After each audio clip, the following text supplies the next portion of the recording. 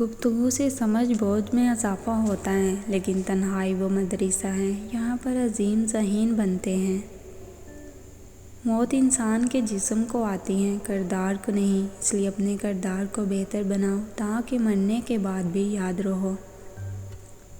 جس خوبصورتی کا ہم غرور کرتے ہیں وہ تو ہماری ہے ہی نہیں، وہ تو ہمیں اللہ نے دی ہے۔ خوبصورت تو وہ انسان ہوتے ہیں جن کی سوچ خوبصورت ہو، جن کا دل خوبصورت ہو اور جن کے کام خوبصورت ہو، جن کا کردار خوبصورت ہو، جن کا اخلاق خوبصورت ہو۔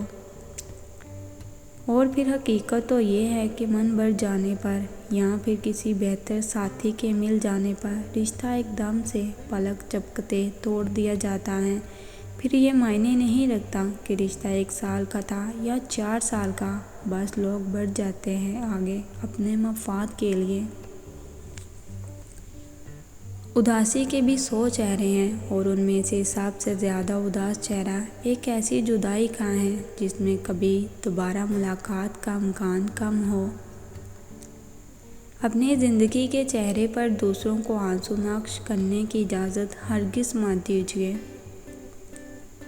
اپنی ٹوٹی حسرتوں کو مٹی تلے دفنا کر فاتحہ پڑھ کر قہقہے لگانے والی لڑکی ہوں میں، مجھے کیا کوئی توڑے گا۔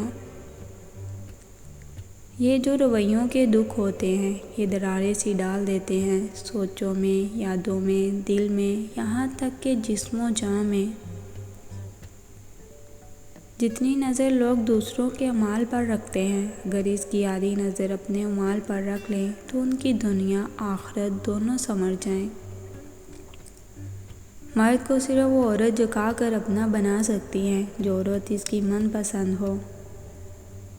جب محسوس ہو کہ آپ کی ضرورت نہیں رہی تو خاموشی سے اپنا راستہ الگ کر لینے میں ہی بہتری ہے۔ ایسا کرنے سے آپ مزید دکھ اور تکلیف اٹھانے سے بچ جاتے ہیں۔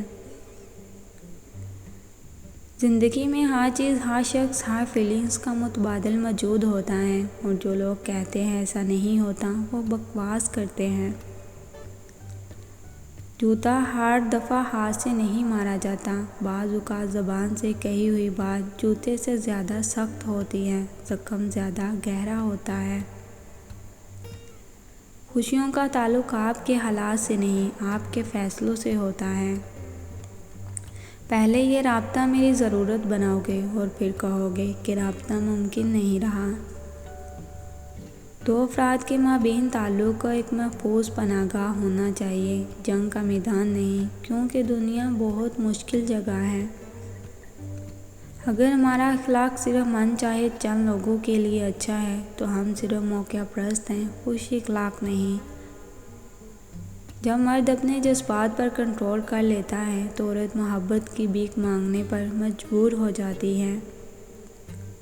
جب متبادل حاصل ہو جائے تو ہر رشتہ ایسے ہو جاتا ہے کہ جیسے اس کا وجود ہی نہیں تھا۔